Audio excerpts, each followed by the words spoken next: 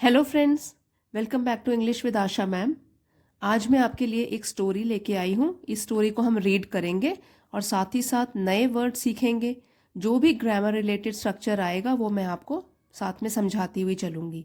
तो आइए स्टोरी शुरू करते हैं। इसका टाइटल है पावर ऑफ नॉलेज। तो पावर मीन्स ताकत और नॉलेज ज्ञान। ऑफ का या के या की, पावर ऑफ नॉलेज ज्ञान की ताकत। Once there lived a frail looking poor boy. Once means एक बार, there lived रहता था, lived ये है live का past tense, रहता था, और live होता है रहना। a frail looking, frail means कमजोर, looking दिखने वाला। ये जो वर्ड है, ये देखिए, ये जो है डैश, उसको हाइफन बोलते हैं, हाइफनेटेड वर्ड है ये। तो इसका है कि फ्रेल लुकिंग, जो दिखने में कैसा था, कमजोर। पुअर गरीब। तो एक बार एक कमजोर दिखने वाला गरीब लड़का रहता था।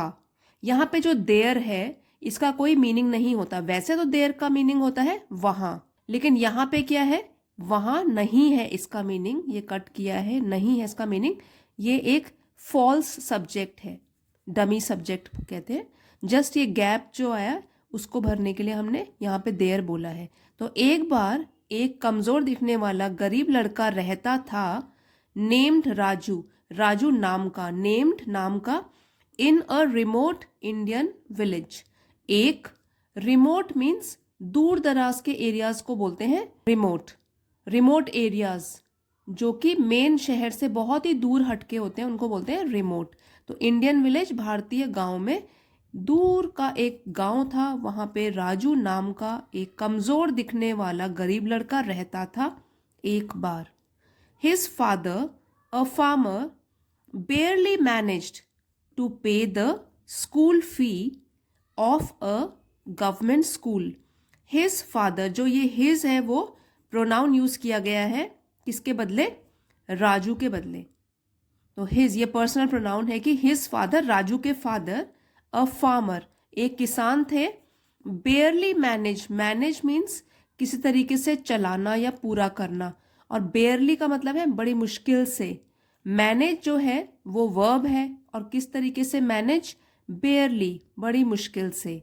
तो जो भी वर्ब्स की विशेषता बताते हैं वो एडवर्ब्स होते हैं। तो बेयरली है एडवर्ब, बड़ी मुश्किल से मैनेज करते थे या चलाते थे। टू पे, पे करने के लिए। The school fee of a government school, school fees मतलब स्कूल की फीस पे करने के लिए, of a government school, government मतलब सरकारी स्कूल की फीस पे करने के लिए बड़ी मुश्किल से गुजारा चलाते थे या मैनेज करते थे। But Raju had an unflinching, unflinching devotion for studies. But लेकिन राजू हैड, राजू के पास था, हैड जो है वो पास्ट टेंस का वर्ब है, हैड एन अनफ्लिंचिंग। अनफ्लिंचिंग का मतलब है जिसको कि हिलाया ना जा सके, जो कि अचल हो, अडिग हो। तो अनफ्लिंचिंग, अन जो है ये प्रीफिक्स है। तो उसका जो डिवोशन था, डिवोशन मीन्स प्रेम या लगाव, फॉर स्टडीज पढ़ाई के लिए, कोई भी उसको हिला नहीं सकता था, डगमगा नहीं सकता था। Raju had an unflinching devotion for study, लेकिन राजू के पास पढ़ाई के प्रति बहुत ही अडिग या अचल प्रेम था, जिसको कि बिल्कुल ही डगमगा नहीं सकते।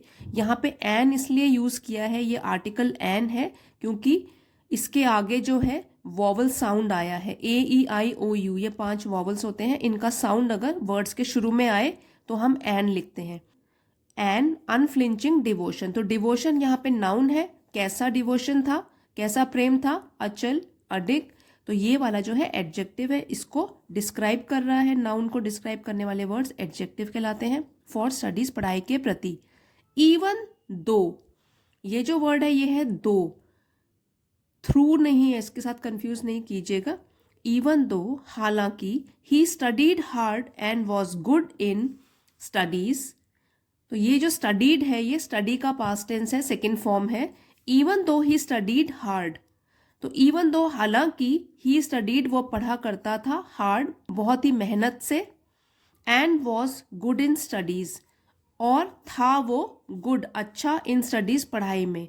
तो हालांकि वो बहुत मेहनत करता था, कठोर परिश्रम करता था और अच्छा भी था पढ़ाई में।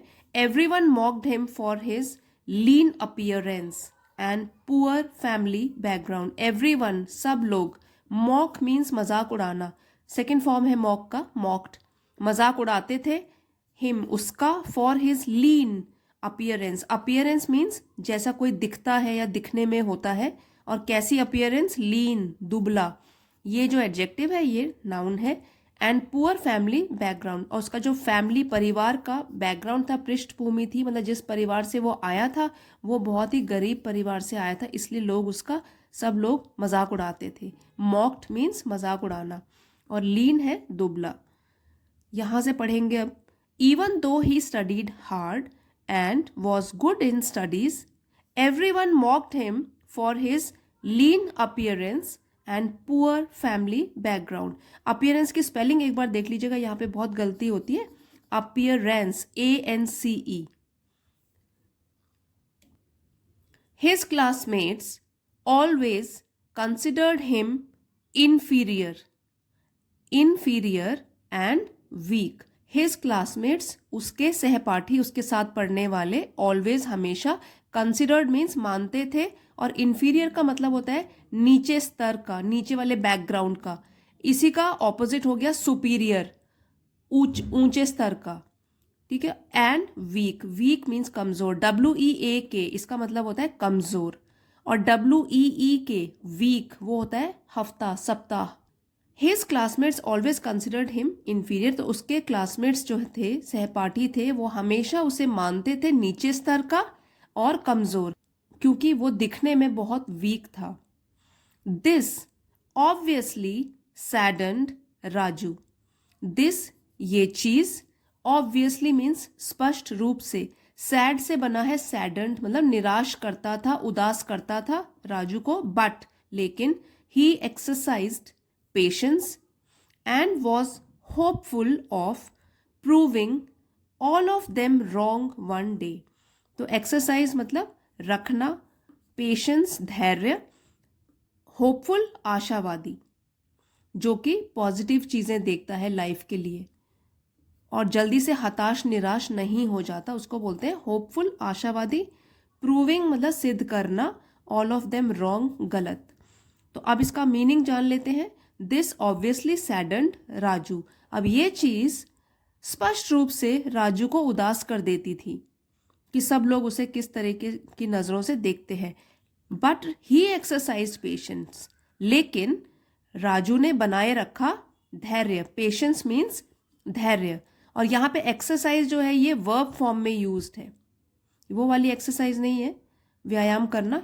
ही एक्सरसाइज्ड पेशेंस, उसने धैर्य बनाए रखा, यहाँ पे कोई काम की बात हो रही है इसलिए वर्ब फॉर्म में यूज्ड है ये। एंड वॉज होपफुल, और वो आशावादी था, of proving all of them wrong, कि वो सिद्ध करेगा ऑल ऑफ देम उन सभी को, रॉन्ग गलत, वन डे एक दिन, कि वो एक दिन उन सभी को गलत प्रूव करेगा।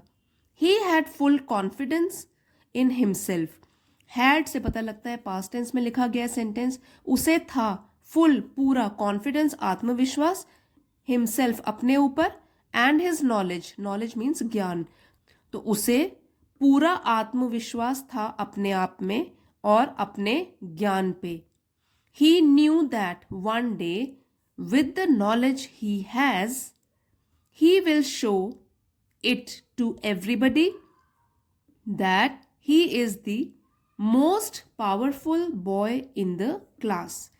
He knew, know का second form of verb है knew, वह जानता था, that की one day एक दिन, with the knowledge he has, जो ज्ञान उसके पास है, ठीक है। यहाँ पे हैज है इसलिए है बोला है कि जो भी उसके पास ज्ञान है, he will show it to everybody। will जो है वो फ्यूचर टेंस का हेल्पिंग वर्ब है, विल शो वो दिखाएगा, इट इस ज्ञान को, टू एवरीबडी सब लोगों को, that he is the most powerful boy in the class, that की वो है, इज है the most powerful, powerful means शक्तिशाली, बॉय लड़का, इन द क्लास, तो क्लास में वो सबसे शक्तिशाली बच्चा है, वो एक दिन सब लोगों को दिखाएगा। अब यहाँ पे देखिए पावरफुल जो है उसके साथ मोस्ट लगा है, तो मोस्ट से पता लगता है हमको कि ये सुपरलेटिव डिग्री है, मतलब सबसे ज़्यादा पावरफुल बॉय है। जैसे much, more, most. Much positive degree, more comparative degree और मोस्ट सुपरलेटिव डिग्री। यहाँ से अब पढ़ेंगे with a desire to prove everyone else wrong. Desire इच्छा और प्रूव साबित करना, सिद्ध करना, एवरीवन सब लोगों को, दूसरे लोगों को। एल्स भी है तो इसलिए सभी दूसरे लोगों को। तो विद अ डिज़ायर इस इच्छा के साथ कि वो सब लोगों को, सब दूसरे लोगों को प्रूव करेगा, सिद्ध करेगा रॉन्ग, गलत। Raju studied hard. स्टडी का सेकंड फॉर्म है स्टडीड। स्टडीड हार्ड तो कैसी पढ़ाई की, बहुत ज़्यादा परिश्रम किया। Very hard Indeed. Hard, very hard Indeed, तो इंडीड मीन्स वास्तव में, इसलिए यूज किया गया है एम्फेसिस देने के लिए कि बहुत पढ़ाई की, हाँ बहुत ज्यादा वास्तव में उसने पढ़ाई करी। He prepared for all India medical entrance exams. Prepared तैयारी करी, वर्ब सेकंड फॉर्म है मेडिकल एंट्रेंस एग्जाम, तो उसने तैयारी की और ये उस टेस्ट का नाम है जो कि उसने जिस टेस्ट के लिए तैयारी करी। तो ये एग्जाम मेडिकल फील्ड में जाने के लिए उसने मेडिकल एंट्रेंस एग्जाम की तैयारी करी। And secured a rank. Secure का सेकंड फॉर्म है सिक्योर्ड, पाया, हासिल किया, और उसने हासिल किया अ रैंक, एक rank with in the top 10। तो टॉप 10 बच्चों में से उसने एक रैंक हासिल किया, टॉप 10 में आया वो। It was an exceptional achievement for the son of a poor farmer. It was simple past में है सेंटेंस, ये था एन एक्सेप्शनल, एक्सेप्शनल मीन्स असाधारण, जो कि थोड़ा अलग हो, साधारण न हो, तो एक्सेप्शनल मतलब असाधारण, अचीवमेंट उपलब्धि, for the son of a poor farmer. For के लिए, सन मतलब बेटा, पुअर गरीब और किसान, फार्मर किसान। तो यह एक असाधारण उपलब्धि थी एक गरीब किसान के बेटे के लिए। यहाँ पे जो अचीवमेंट है वो नाउन है और नाउन को एडजेक्टिव डिस्क्राइब कर रहा है exceptional. Now something got changed suddenly. Now अब समथिंग कुछ, गॉट चेंज्ड मतलब चेंज हो गया, बदल गया, सडनली अचानक। देखिए ये चेंज्ड जो है वर्ब है, इस वर्ब को डिस्क्राइब कर रहा है ये एडवर्ब। सडनली अचानक मतलब समथिंग गॉट चेंज सडनली, कोई चीज चेंज हो गई, किसी चीज में बदलाव आ गया, वो भी अचानक। Those classmates of Raju who felt more powerful then him. तो क्लासमेट्स, दोज वो क्लासमेट्स, वो सहपाठी, ऑफ राजू राजू के, हु जो कि, फेल्ट फील का सेकंड फॉर्म है फेल्ट, जो कि जिनको लगता था, मोर पावरफुल दैन जो कि अपने आप को ज्यादा शक्तिशाली समझते थे, दैन को हम कंपैरिजन जब करते हैं दो लोगों में तो तब हम THAN यूज करते हैं। तो जो लोग अपने आप को ज्यादा पावरफुल समझते थे उससे, उसके मुकाबले सडनली स्टार्टेड फीलिंग वीकर, तो उन लोगों ने सडनली अचानक स्टार्टेड फीलिंग मतलब महसूस करने लगे वो वीकर, उससे कमजोर। ये भी जब है एडजेक्टिव में वीक, वीकर, वीकेस्ट, ये 3 डिग्रीज होती हैं, तो ये सेकंड डिग्री है कंपैरेटिव डिग्री, जब दो लोगों में कंपैरिजन हो रहा हो। तो उन लोगों ने, एक राजू में कंपैरिजन हो रहा है उसके क्लासमेट्स के साथ, तो वो क्या, उनको क्या फीलिंग आने लगी कि वो कमजोर है राजू के मुकाबले। Even with all the affluence and possessions. तो इवन मीन्स भी, with all the affluence, affluence means संपन्नता, जिसके पास सब कुछ हो तो वो उसको बोलते हैं अफ्लुएंट। तो यहाँ पे है even with all the affluence, संपन्नता के साथ, एंड पोजेशंस, पोजेशंस मतलब जिसके पास मेटीरियल पोजेशंस होते हैं जो कि पैसों से खरीदी जा सकें चीजें, उनको बोलते हैं पोजेशंस, तो संपत्ति। तो इवन मतलब सारी संपन्नता और संपत्ति या पैसे या जायदाद के बावजूद भी they felt weaker and inferior to Raju. They felt, feel का सेकंड फॉर्म है फेल्ट, तो उन्होंने महसूस किया ज्यादा कमजोर, weaker, and inferior, inferior means छोटा, नीचा टू राजू, तो राजू के कंपैरिजन में उन लोगों ने संपन्न और संपत्ति के होने के बावजूद भी महसूस किया अपने आप को कमजोर और नीचा या छोटा राजू के आगे। इंफीरियर अभी आपको बताया था, इंफीरियर का ऑपोजिट हो गया सुपीरियर, इंफीरियर नीचा और सुपीरियर बड़ा। वाई, क्यों? Because Raju had the power of knowledge, क्योंकि राजू के पास हैड थी पावर ऑफ नॉलेज, ज्ञान की ताकत। And somewhere in their consciousness, somewhere कहीं, इन देयर यहाँ पे उसके क्लासमेट्स की बात हो रही है कि उनकी, और कॉन्शियसनेस मीन्स चेतना, ये नाउन है। कॉन्शियसनेस उनकी चेतना में, उनकी अंतरात्मा में कहीं, they knew that in the knowledge only lies true power. They उसके सहपाठी जो थे, ये प्रोनाउन है, न्यू नो का सेकेंड फॉर्म ऑफ वर्ब है, उन्हें पता था दैट की, इन द नॉलेज ओनली, कि सिर्फ ज्ञान में लाइज निहित है या रहती है ट्रू पावर, ट्रू सच्ची पावर, ताकत। तो पावर नाउन है और ऑब्जेक्टिव डिस्क्राइब कर रहा है ट्रू, तो उन्हें यहां से पढ़ेंगे, because Raju had the power of knowledge and somewhere in their consciousness they knew that in the knowledge only lies true power. क्योंकि राजू के पास थी ज्ञान की ताकत और कहीं ना कहीं उनकी चेतना में, उनकी अंतरात्मा में उन्हें लग रहा था, दे न्यू, उन्हें पता था कि ज्ञान में ही निहित है या रहती है असली ताकत। इसीलिए कहते हैं कि जिसके पास ज्ञान की ताकत होती है वो बहुत सुपीरियर होता है, उसके लिए फिजिकल स्ट्रेंथ की आवश्यकता नहीं होती या जरूरत नहीं होती। तो राजू के पास भी थी ज्ञान की ताकत, पावर ऑफ नॉलेज, जिससे कि वो बहुत ही सुपीरियर लड़का बन गया बाद में। और लेकिन मेहनत जरूर की है उसने, मेहनत और लगन के साथ अपने काम को पूरा करते रहते हैं तो हमें अपने लक्ष्य की प्राप्ति जरूर ही हो जाती है। तो फ्रेंड्स, आई होप आपको आज की स्टोरी पसंद आई होगी और इसके ज़रिए आपने न्यू वोकैबलरी और ग्रामर टॉपिक सीखे होंगे। वीडियो पसंद आया है तो प्लीज़ लाइक शेयर ज़रूर कीजिएगा और चैनल पे नए हैं तो do subscribe to my channel. Thank you friends for watching and see you next time.